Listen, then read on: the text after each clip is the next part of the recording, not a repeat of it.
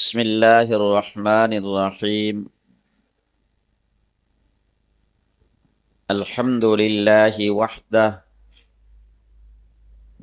والصلاة والسلام علی من لا نبی بعدہ محمد وآلہ واصحابہ اجمعین اما بعد فاعوذ باللہ من الشیطان الرجیم بسم اللہ الرحمن الرحیم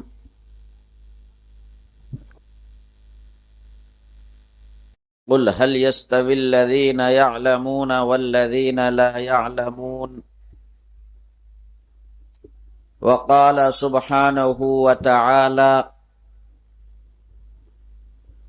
ربنا إني أسكنت من ذريتي بواد غير ذي زرع عند بيتك المحرم ربنا ليقيموا الصلاة صدق اللہ العظیم۔ نہ ہے جستجو کسی غم کی اب، نہ ہمیں خوشی کی تلاش ہے۔ نہ ہے جستجو کسی غم کی اب، نہ ہمیں خوشی کی تلاش ہے۔ جو قریب کر دے حبیب سے، اسی روشنی کی تلاش ہے۔ سبحان اللہ۔ جو طور پہ چمک کے رہ گئی، جو عرش پہ تڑپ کے تھم گئی۔ جو طور پہ چمک کے رہ گئی، جو عرش پہ تڑپ کے تھم گئی۔ مجھے پھر سواد حیات میں اسی روشنی کی تلاش ہے۔ ماشاء بہت ہی عزت و احترام کے مستحق اسٹیج پر تشریف فرما مؤقر و مقتدر علماء کرام، بہت ہی قدر و منزلت کے مستحق میرے سامنے تشریف فرما میرے دینی اسلامی بھائیوں بزرگوں، اور بہت ہی پیار و محبت کے مستحق پیارے بچوں اور بچیوں، مفتی اشرف صاحب کو نام دے دیجیے۔ وقت بہت ہو چکا ہے۔ مفتی اشرف صاحب جو مغرب کی نماز کے بعد سے اب تک آپ نے اپنے مکتب دار ارقم کے بچوں اور بچیوں کا پروگرام سنا۔ میرے بزرگوں، مائک پر آ کر کے بولنا یہ بہت مشکل کام ہوتا ہے۔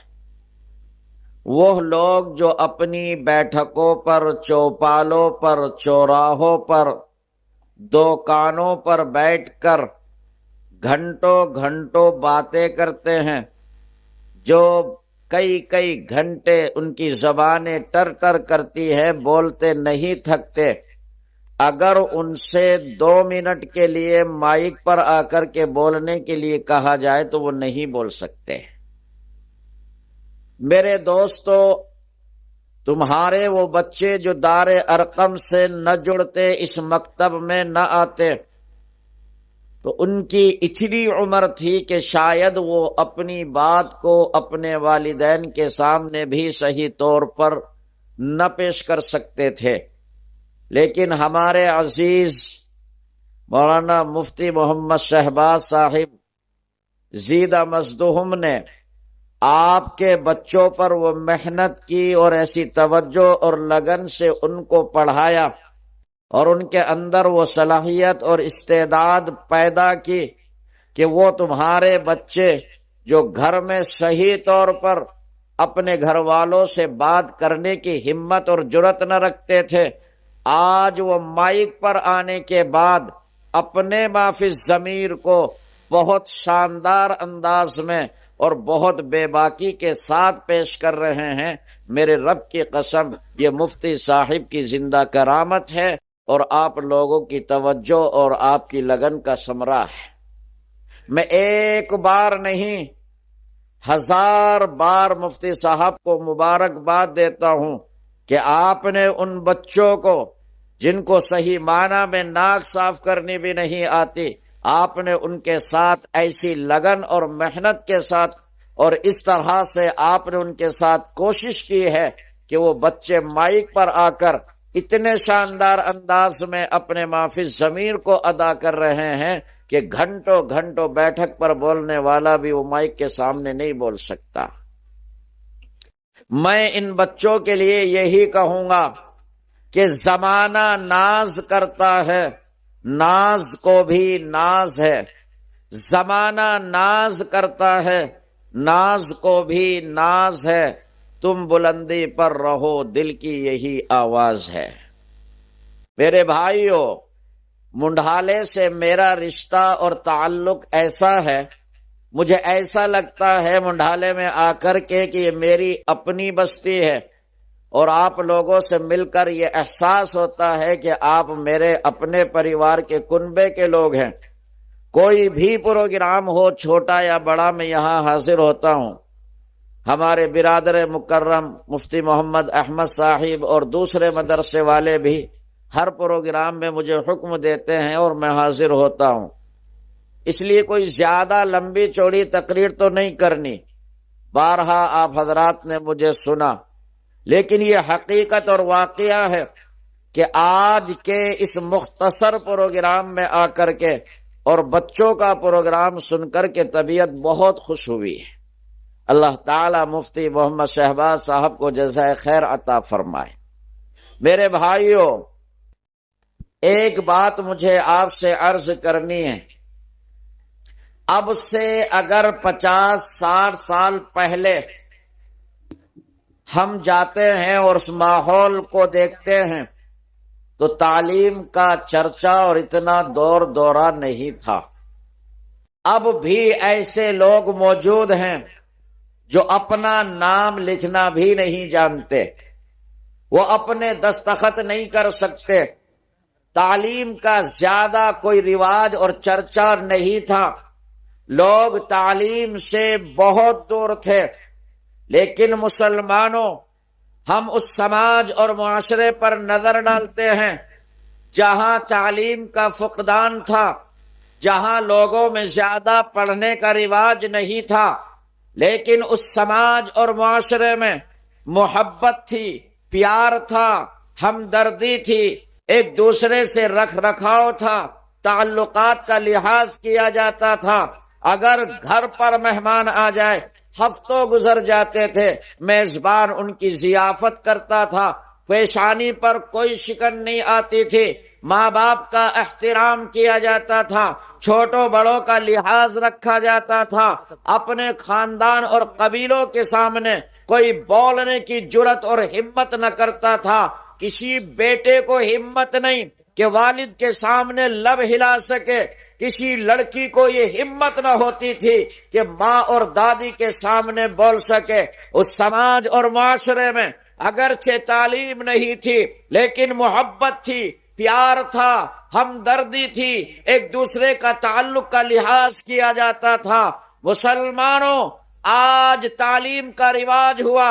آج لوگوں میں پڑھنے پڑھانے کا رواج عام ہو گیا۔ آج ہمارے 4 سال کے بچے اپنے ہاتھوں سے لکھنا جانتے ہیں، پڑھنا جانتے ہیں۔ لیکن میرے بھائیوں، میں اس رات کی تاریکی اور سناٹے میں کہتا ہوں کہ جتنا زمانے میں تعلیم کا رواج بڑھا ہے، لوگوں کے دلوں سے محبتیں ختم ہو گئی، پیار ختم ہو گیا، چھوٹے بڑے کا لحاظ ختم ہو گیا۔ اب اولاد ماں باپ کا ادب نہیں کرتی، آج بچے ماں باپ کا لحاظ نہیں کرتے۔ ہمارے سماج اور معاشرے سے حیا اور شرم اٹھ چکی ہے، ہمارے سماج اور معاشرے کی بیٹیاں بے حیا ہو چکی ہیں۔ ہمارے گھر میں پلنے والے یہ ہمارے بچے ہمارے سامنے کھڑے ہو کر پیشاب کر رہے ہیں، اور میں اس سے بڑھ کر کہہ دوں کہ انسان اتنا گر چکا ہے کہ میرے بھائی میں کس طرح کہوں، اپنے مفاد کے لیے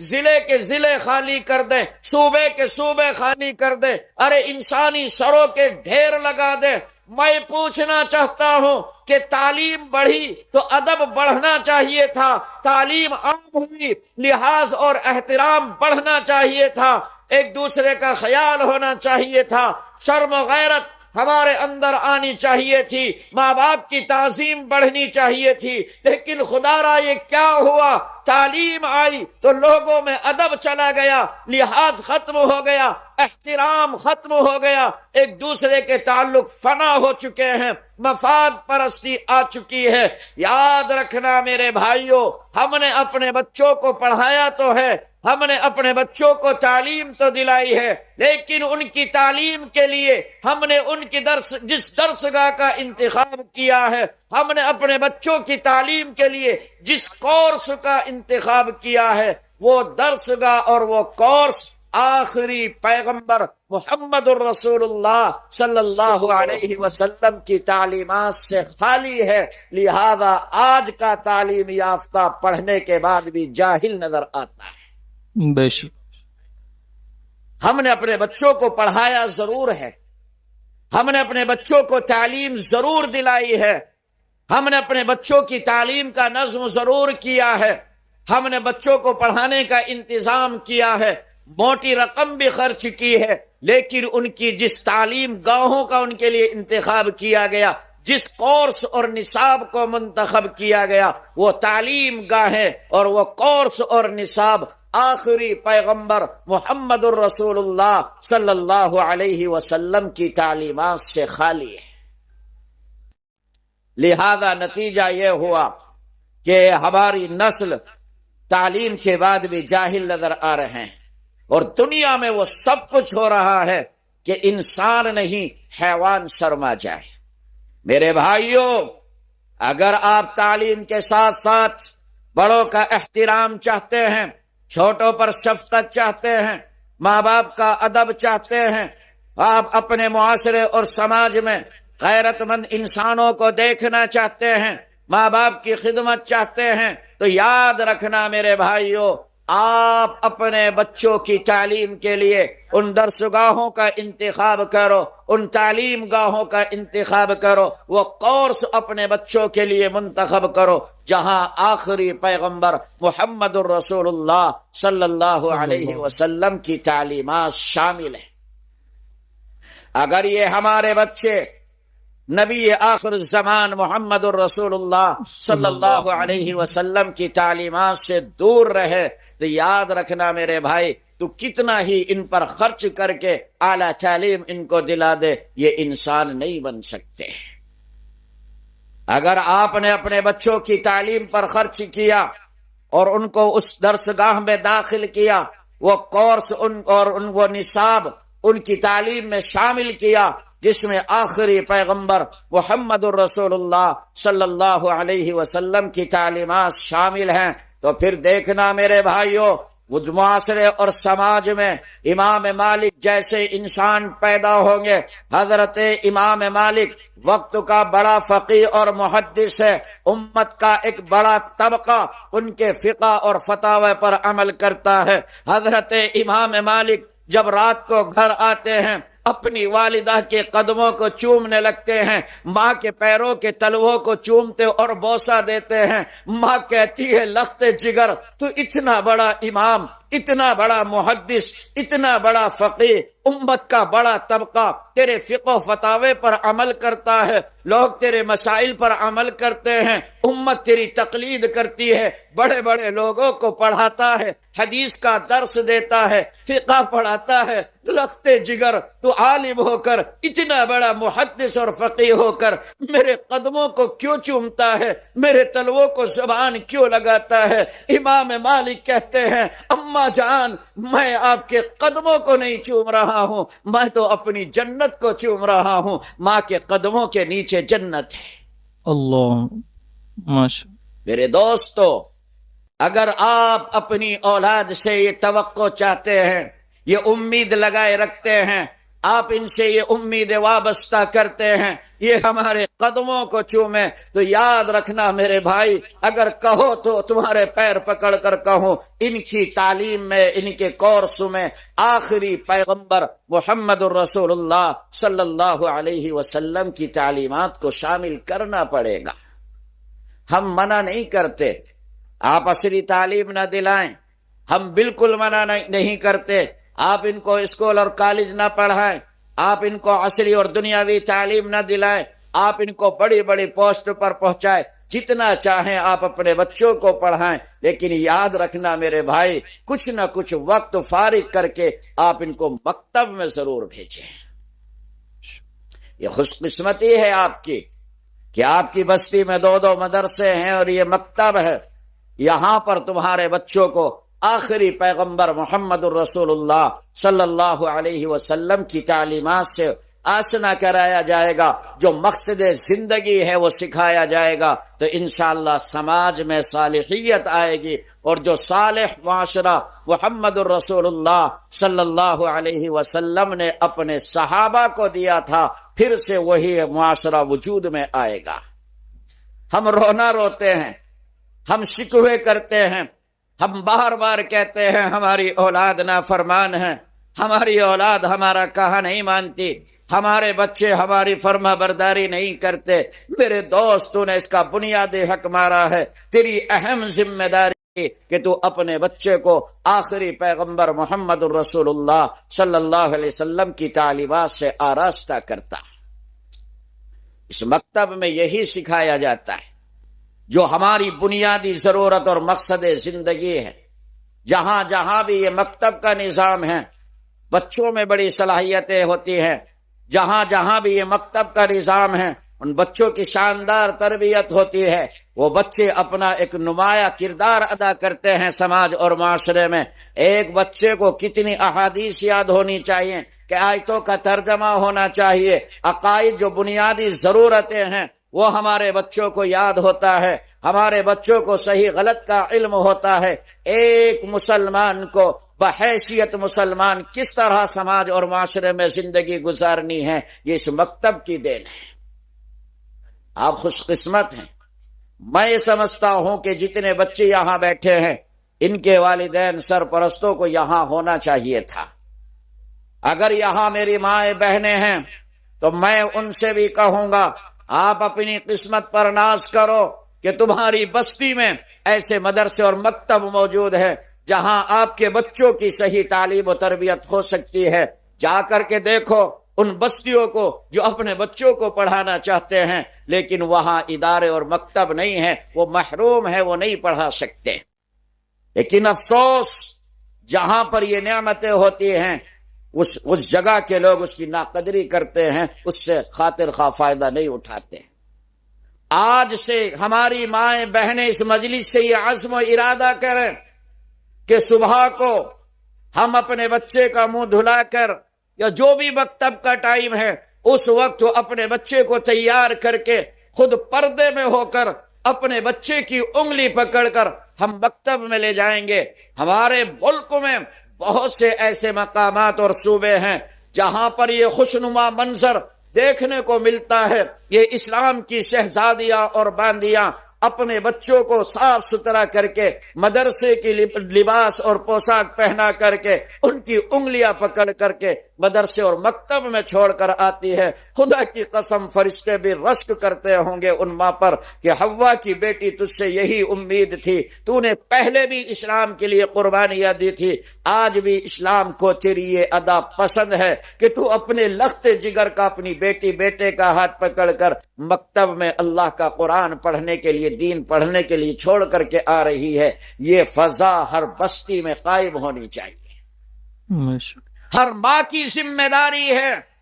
کہ وہ اپنے بچوں کو تیار کر کے پہلے مدرسوں اور مکتب میں چھوڑ کر کے آئے۔ جس طرح ہم اپنے بچوں کو تیار کر کے بھاری فیس ادا کر کے کالج اور اسکول میں پڑھاتے ہیں، میں مخالفت نہیں کرتا، لیکن میں نے ابھی عرض کیا ہے اگر آپ نے مکتب اور مدرسے کی تعلیم کو نظر انداز کیا تو یاد رکھنا میرے بھائی، جو تیری اولاد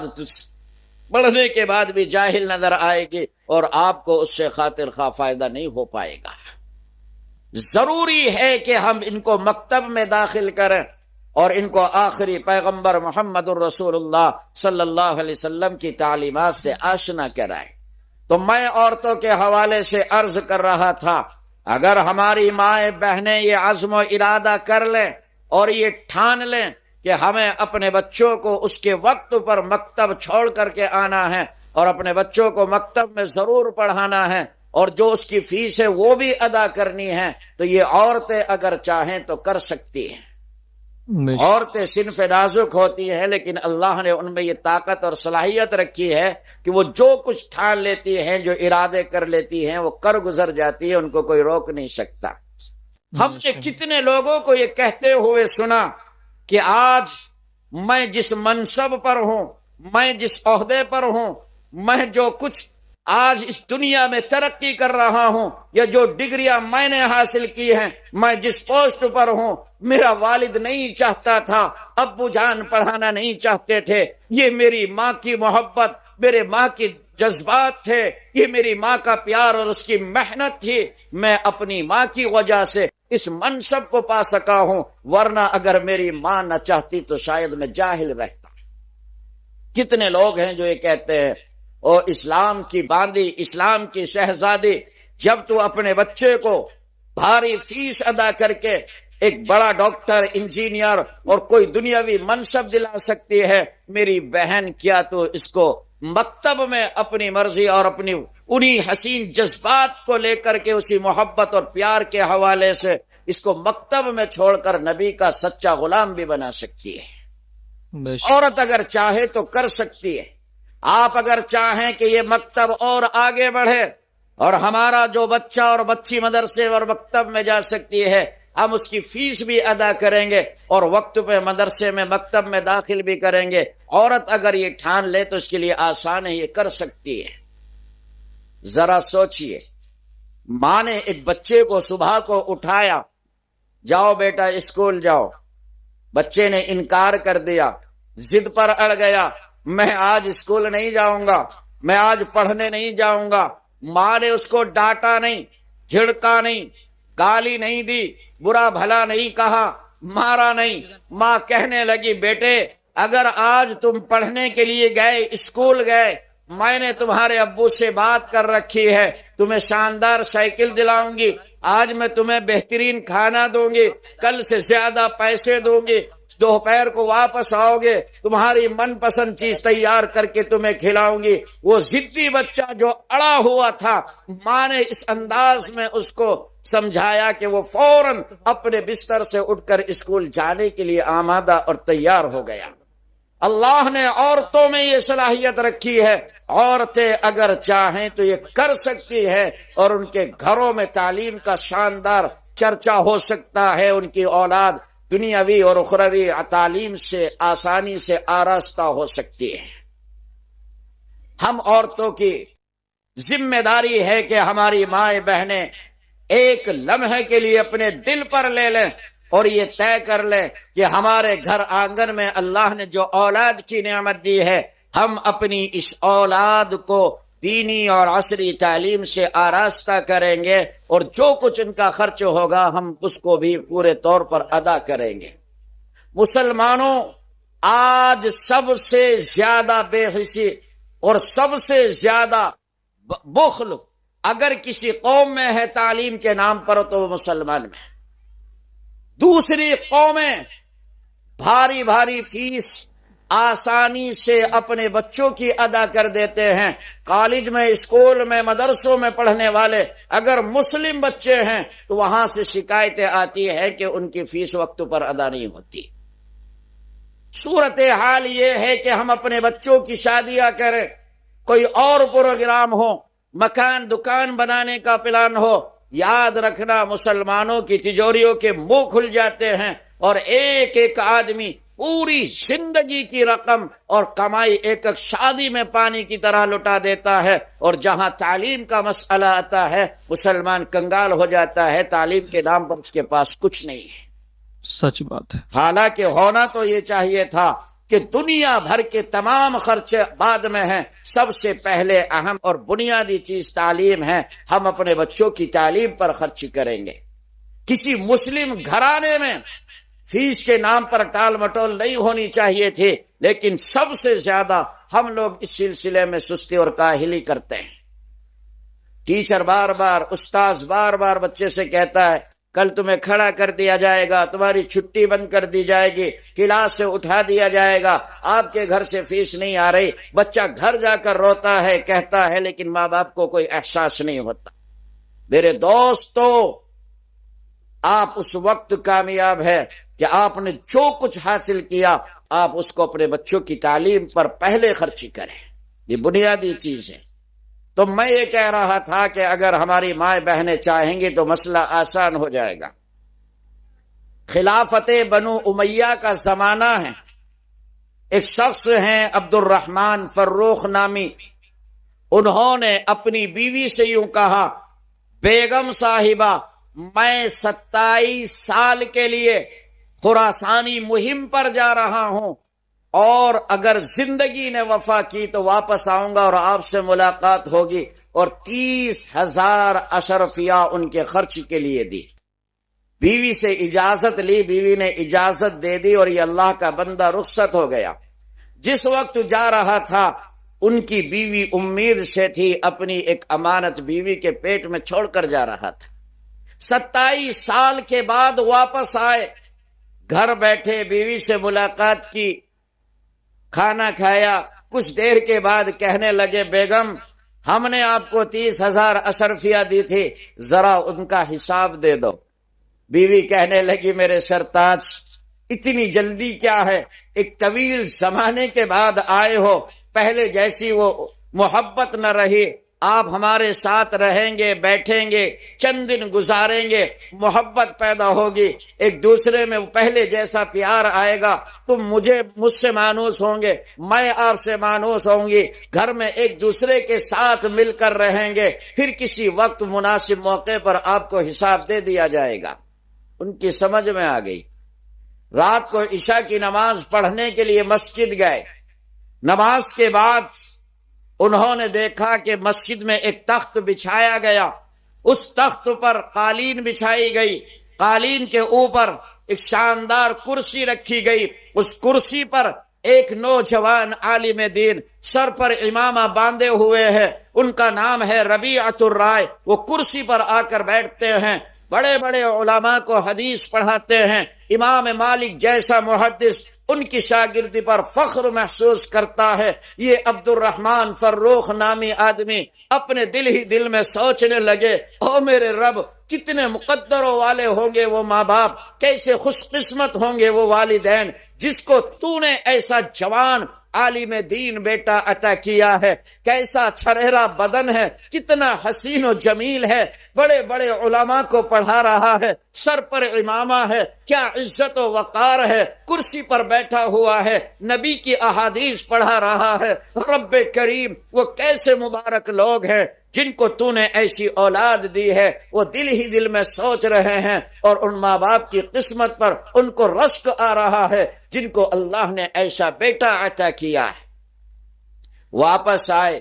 بیوی سے سارا واقعہ سنایا، کہنے لگے میرا دل مچل رہا ہے، میری آنکھیں ان ماں باپ کو دیکھنے کے لیے ترس رہی ہیں، کاش وہ ماں میرے سامنے ہوتی، اس کی پیشانی کو بوسہ دیتا، اس باپ کو گلے سے لگا لیتا، کیسا تجھے اللہ نے لال دیا ہے، کیسا شاندار تیرا بیٹا عالم دین ہے، بڑے بڑے لوگوں کو پڑھاتا ہے۔ ایسے بھی لوگ ہیں جنہوں نے اپنے بچوں کو ایسا عالم دین بنایا۔ بیوی سمجھ گئی اور کہنے لگی حساب دینے کا وقت قریب آ گیا، کہنے لگی میرے سرتاج اگر 30,000 اشرفیہ خرچ کر کے ایسا عالم دین تیار کر دیا جائے تو معاملہ کیسا ہے، سودا سستا ہے یا مہنگا ہے؟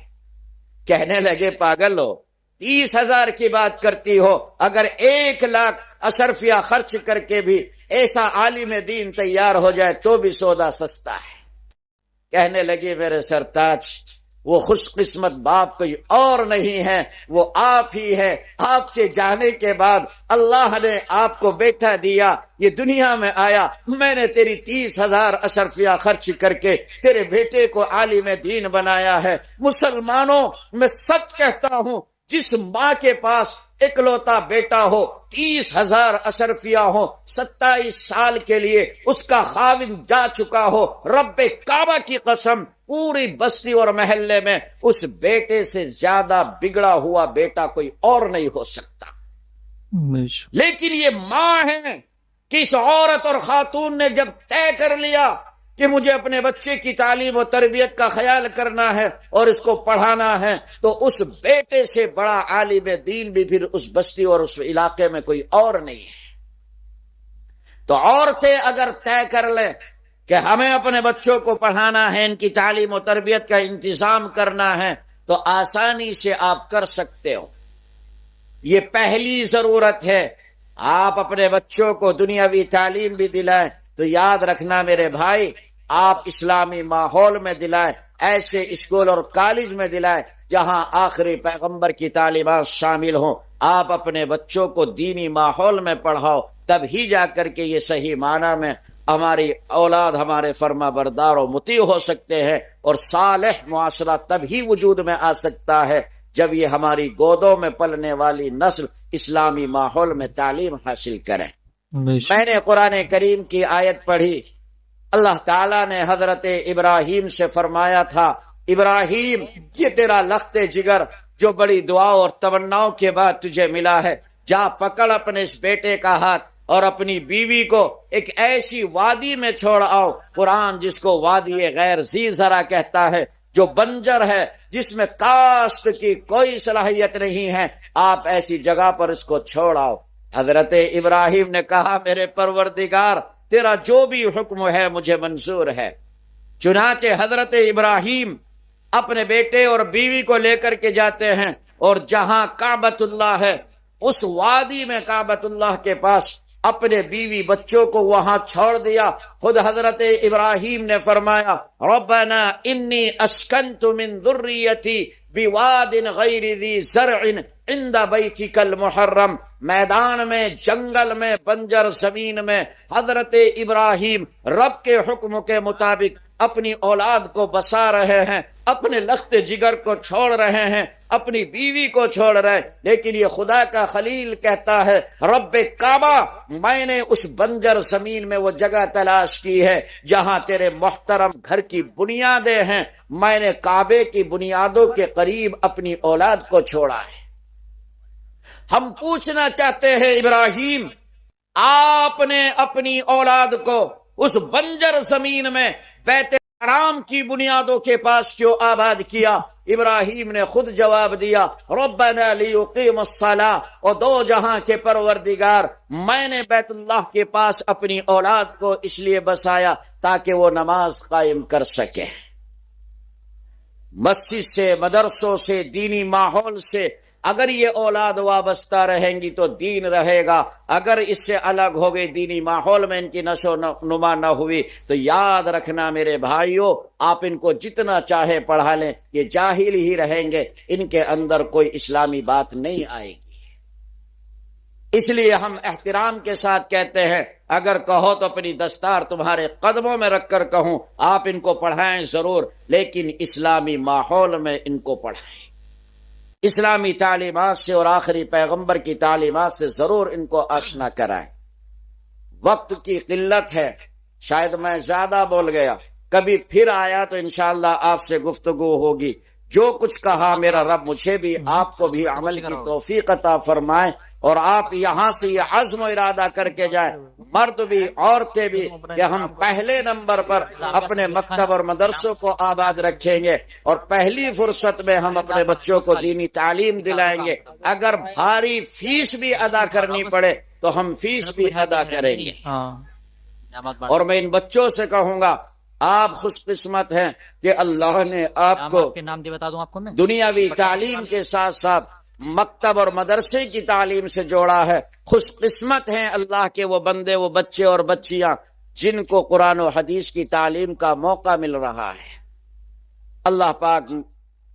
مجھے اور آپ کو عمل کی توفیق عطا فرمائے۔ میں پھر دوبارہ عزیز محترم مفتی شہباز صاحب کو مبارکباد پیش کرتا ہوں، اور اپنی اس حاضری پر ان کی خدمت میں کلمات تشکر پیش کرتا ہوں، اور اس کامیاب کوشش پر دل کی گہرائیوں سے مبارکباد دیتا ہوں۔ اللہ تعالیٰ ان کی محنتوں کو